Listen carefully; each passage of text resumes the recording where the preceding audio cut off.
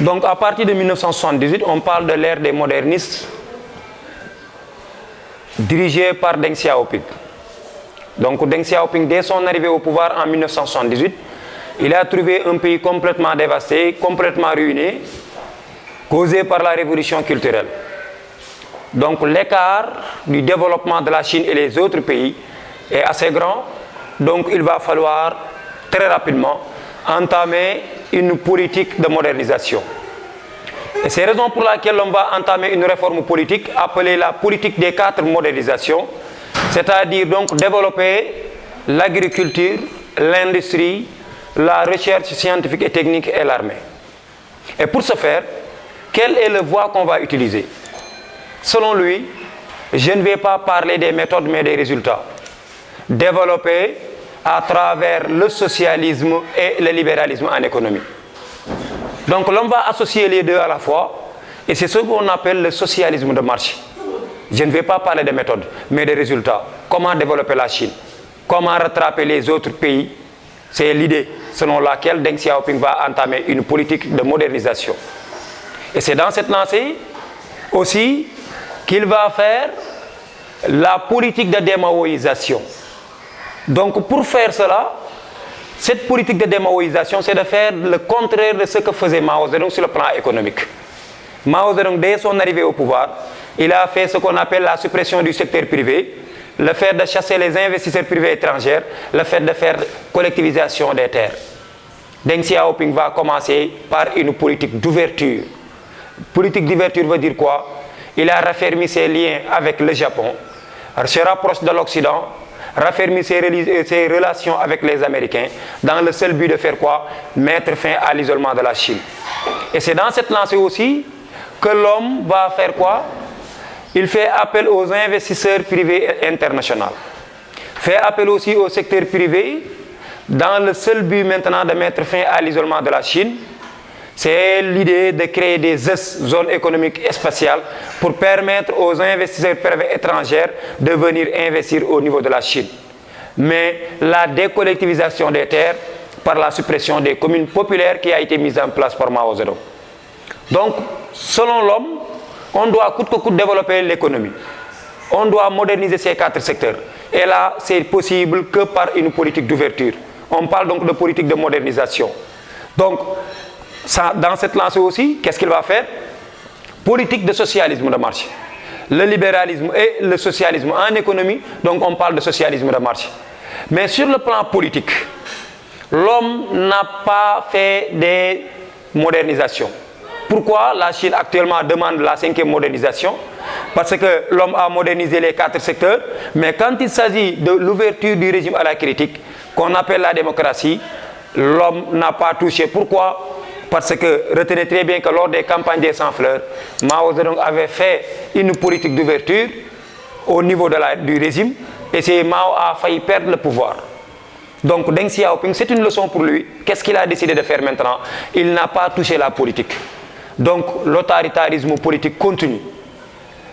Il y a la libéralisation de l'économie, mais l'homme n'a pas libéralisé la politique. Oui, pourquoi? Parce que nous sommes dans un État socialiste. Et dans un État socialiste, les libertés seront tout simplement restreintes. Que ce soit les libertés de culte, que ce soit les religions étrangères. Donc on a tout limité et contrôlé.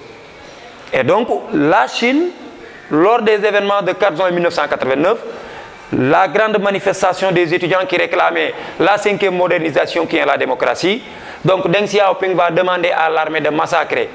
Nous sommes à la place de Tiananmen, à Pékin, à partir de 1989. Pourquoi? Parce que pour l'homme, en ces termes, la stabilité de la Chine est fondamentale et toutes sortes d'agitations populaires ne peuvent être tolérées. Donc c'est ce qui explique maintenant le massacre des populations durant cette période. Donc l'homme a libéralisé l'économie, mais l'homme n'a pas touché la politique. Donc l'idée est de comprendre que la Chine après Mao Zedong, ou bien la Chine post-Mao Zedong, il s'agit tout simplement d'une continuité politique, mais de rupture économique. Continuité politique dans le seul sens où Deng Xiaoping continue de garder l'autoritarisme politique, un État peu ouvert à la démocratie. Quand il s'agit de rupture économique, il a fait une politique de démaoïsation tout ce que Mao Zedong avait fait sur le plan économique, Deng Xiaoping va faire le contraire. Pourquoi? Fermeture pour Mao et politique d'ouverture pour Deng Xiaoping. Et c'est ce qui a permis aujourd'hui à la Chine d'être un pays industrialisé, oui, mais aussi d'être un pays émergent. C'est grâce à ces industries qu'il a reçu donc vers les venant des étrangers. Et là, c'est depuis la création des ES. Donc la compréhension de cette leçon, c'est qu'il y a deux l'ère de Deng Xiaoping, l'ère de Mao Zedong. La question centrale maintenant est que nous voulons créer un État socialiste, mais dans quel moyen, dans quelle voie? Donc l'idée est de, après l'ouverture, que la Chine est devenue une grande puissance sur le plan international. Donc essayez de voir maintenant des textes d'appui concernant l'histoire de la Chine. Et si on vous donne un texte à contextualiser, il faut bien lire pour essayer de comprendre, avant maintenant de passer au contexte historique, l'explication ou bien le commentaire, de ne pas ça souligner, mais aussi avant de parler de portée historique. Voilà, donc aussi quand on vous demande de présenter le personnage cité dans le texte, regardez très bien quand il s'agit de révolutionnaires ou bien de conservateurs ou bien de réformistes, parce que parfois on vous donne des textes où on est en train de parler de Mao et de Deng Xiaoping à la fois. Donc on va revenir sur ça concernant les exercices d'application, chers élèves. Et si vous avez des suggestions ou bien des questions aussi, n'oubliez pas de les envoyer, mais aussi d'abonner au niveau de Banlieue 7 TV. Voilà donc là, le miroir, autant pour moi, de la banlieue. Donc il fait un excellent travail concernant donc non seulement la visibilité, mais les informations en temps réel. Parce qu'il y a des hommes qualifiés qui ont tout simplement le savoir-faire, mais aussi qui ont l'abnégation donc du métier.